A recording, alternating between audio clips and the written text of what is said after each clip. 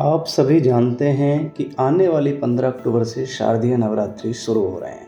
इन नवरात्रियों में सभी अपने अपने तरीकों से माँ भगवती को प्रसन्न करने के लिए व्रत करेंगे, पूजा अर्चना करेंगे। तो क्यों ना इस नवरात्रि को थोड़ा स्पेशल बनाया जाए, थोड़ा खास बनाया जाए, जिससे माँ दुर्गा की आपके असीम कृपा हो। तो इस नवरात्रि आप माँ भगवती के 9 अलग अलग रूपों की पूजा करके अलग अलग उपायों से पा सकते हैं कर्ज, बिजनेस लॉस, नज़र दोष, गृह कलेश आदि से छुटकारा। तो चलिए जानते हैं कौन से हैं माँ भगवती के 9 रूप और क्या हैं उनके उपाय। साथ ही जानेंगे कलश स्थापना का शुभ मुहूर्त। नमस्कार दोस्तों, मैं डॉक्टर मुकुट वशिष्ठ आपका स्वागत करता हूँ मेरे YouTube चैनल डॉक्टर मुकुट वशिष्ठ में। दोस्तों, प्रत्येक धार्मिक अनुष्ठान में कलश स्थापना का बड़ा महत्व है। कलश स्थापना के बिना आप कोई भी पूजा पाठ अनुष्ठान आदि नहीं कर सकते। इसकी स्थापना का शुभ मुहूर्त होता है। इस बार कलश स्थापना का शुभ मुहूर्त 15 अक्टूबर 2023 को प्रातः 11:25 से 12:30 तक है। इसमें भी आप विशेष शुभ समय 11:45 से 12:10 तक कलश स्थापना कर सकते हैं। अब हम बात करते हैं माँ दुर्गा के 9 रूपों के बारे में। कौन से हैं वो 9 रूप और उनका क्या नाम है, उनके 9 रूपों की पूजा कैसे करनी है और उनको क्या क्या भोग लगाना है। तो चलिए जानते हैं। प्रथम शैलपुत्री च। शास्त्रों में ऐसा आता है कि माँ दुर्गा का प्रथम रूप शैलपुत्री है। शैलराज हिमालय की बेटी होने के कारण इनका नाम शैलपुत्री हुआ। इस दिन माँ शैलपुत्री का घी से भोग लगाना चाहिए। माँ शैलपुत्री आपको सभी विघ्न बाधाओं से बचाती हैं, सभी शत्रुओं से बचाती हैं, सभी तरीके के कोर्ट केस आदि से छुटकारा दिलाती हैं। दूसरी हैं ब्रह्मचारिणी। माँ दुर्गा का दूसरा रूप ब्रह्मचारिणी है। पुराणों में ऐसा कहा जाता है कि भगवान शिव को पाने के लिए माता पार्वती ने 4000 वर्षों तक कठिन तप किया था, इसलिए इनका नाम ब्रह्मचारिणी पड़ा। दूसरी नवरात्रि को माँ ब्रह्मचारिणी को शक्कर का भोग लगाना चाहिए और उस भोग को अपने परिवार के सभी सदस्यों को खिलाएं।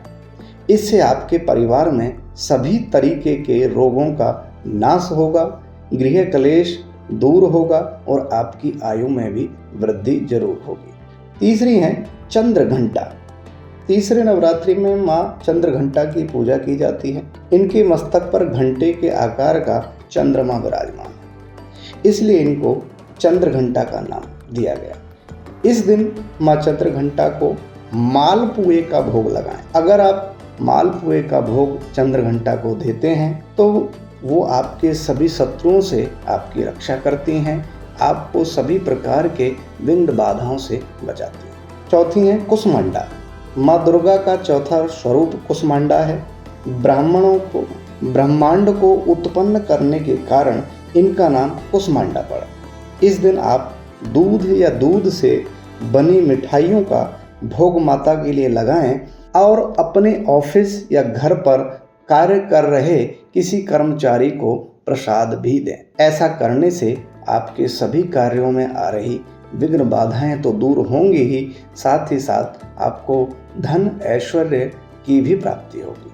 पांचवी है स्कंद माता। 5वें दिन माँ भगवती का स्वरूप स्कंद माता के रूप में होता है। कार्तिकेय की माता होने के कारण इनका नाम स्कंद माता पड़ा। इस दिन आप स्कंद माता को केले का भोग लगाएं और अपने परिवार में सभी को प्रसाद बांटें।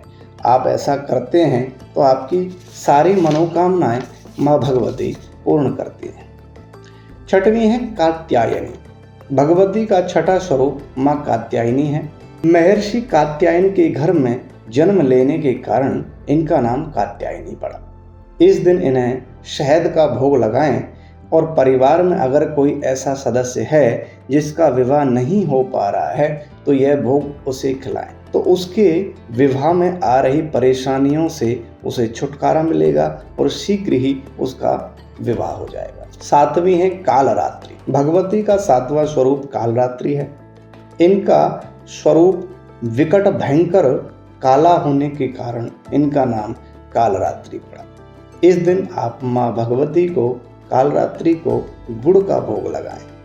इससे आपकी शत्रुओं से रक्षा होगी, शत्रुओं पर आप सदैव विजयी रहेंगे, अथवा किसी पर कोई कोर्ट केस चल रहा होगा तो वो जल्द ही समाप्त हो जाएगा। आठवीं है महागौरी।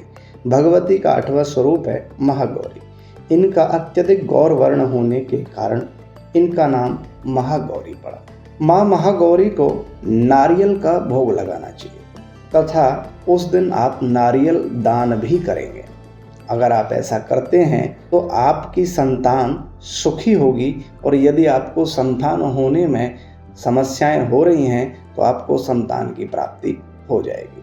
माँ भगवती का 9वां स्वरूप है सिद्धिदात्री। ये सभी प्रकार की सिद्धियों को प्रदान करने वाली माँ है। इस दिन आप इनको तिल का भोग लगाएं और भोग लगाने के उपरांत तिल मंदिर में दान करें। इससे माँ भगवती प्रसन्न होकर के आपकी सभी बाधाओं को, सभी परेशानियों को दूर करेंगी और साथ ही सभी प्रकार की सुख समृद्धि प्रदान करती हैं, सभी प्रकार की सिद्धियां आपको देती हैं। तो आप इस प्रकार माँ दुर्गा के 9 स्वरूपों की पूजा अर्चना करेंगे तथा उनका प्रिय भोग लगाकर माँ दुर्गा के सभी रूपों को प्रसन्न कर सकते हैं। अगर आप ऐसा करते हैं तो माँ भगवती का आशीर्वाद सदैव आपके ऊपर बना रहे। दोस्तों, अगर आपको वीडियो अच्छी लगी हो तो वीडियो को लाइक ज़रूर करें, शेयर करना बिल्कुल नहीं भूलें। धन्यवाद।